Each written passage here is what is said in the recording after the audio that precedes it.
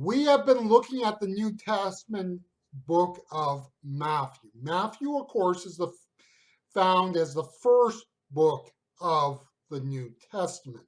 In point of fact, Matthew was not the first book written in the New Testament. There is some debate on the issue. It could be Galatians. I tend to believe that. Many scholars believe it is First Thessalonians. We are looking at Matthew chapter 9 and verses 18 and 19.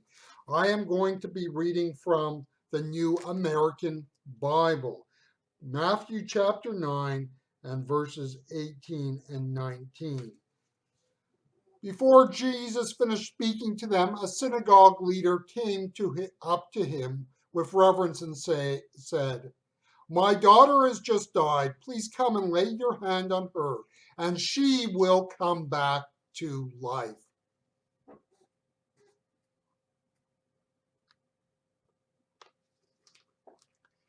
One of the problems with human beings is that they tend to be practical pragmatists. In a sense, the phrase practical pragmatist has a redundancy in it.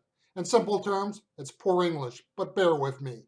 A pragmatist would be a person who we would see as practically oriented. You see, I do not think people are necessarily pragmatists. I think some people are idealists and so are motivated by high ideals. You see, I think that most of us, though, when it comes to the pinch, are practical pragmatists. A person might be an idealist and they might not, but put them in the right situation or circumstances and they can become a practical pragmatist. Look at church history and the fact that in times of persecution that people abandoned the faith. They were people of high ideals until confronted with certain realities. Renounce the faith or be dead. What we are saying is that in extreme situations, people will do what needs to be done regardless of beliefs. If you've been in the church any length of time, you know that Jesus sparred with the religious establishment of his day. This is a generally true statement, which is not true in all circumstances. In this passage, we have an administrator of the local synagogue.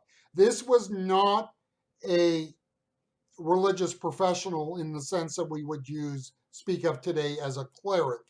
He was a person who just oversaw the maintenance and running of the synagogue. Did he turn to Jesus because he believed in Jesus? Well, on one level, we could say he did. I think this is an example of practical pragmatism. He was probably only too well aware of how Jesus was viewed by the religious establishment. He probably would not have turned to Jesus if he was not desperate. He turned to Jesus in spite of beliefs because he had no other hope. This man was a practical pragmatist.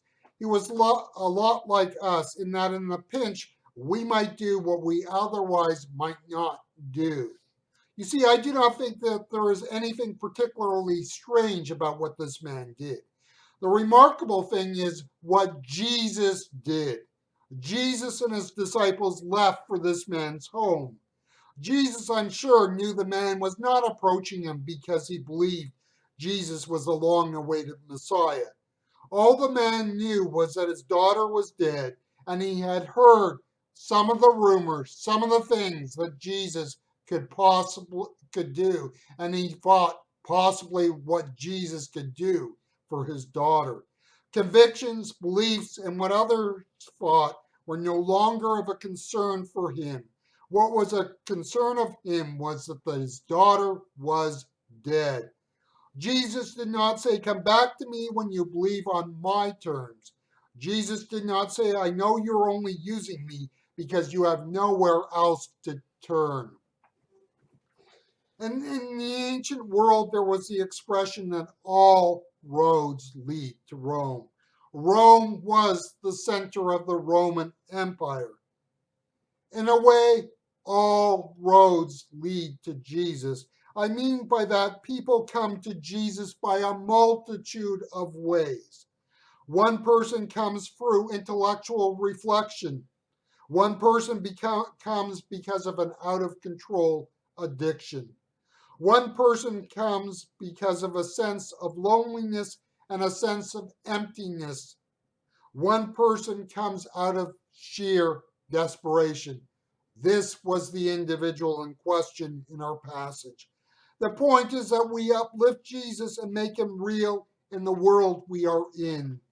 What we cannot control is the road in which a person will take to come to Jesus. All we can do is make Jesus real in the world we are in. Now we know that some people never take that road. Some may turn back on that road. If we make Jesus real in the world that God has planted us, then we provide the opportunity for someone to find the road that she needs or that he needs to find Jesus at the point of their need.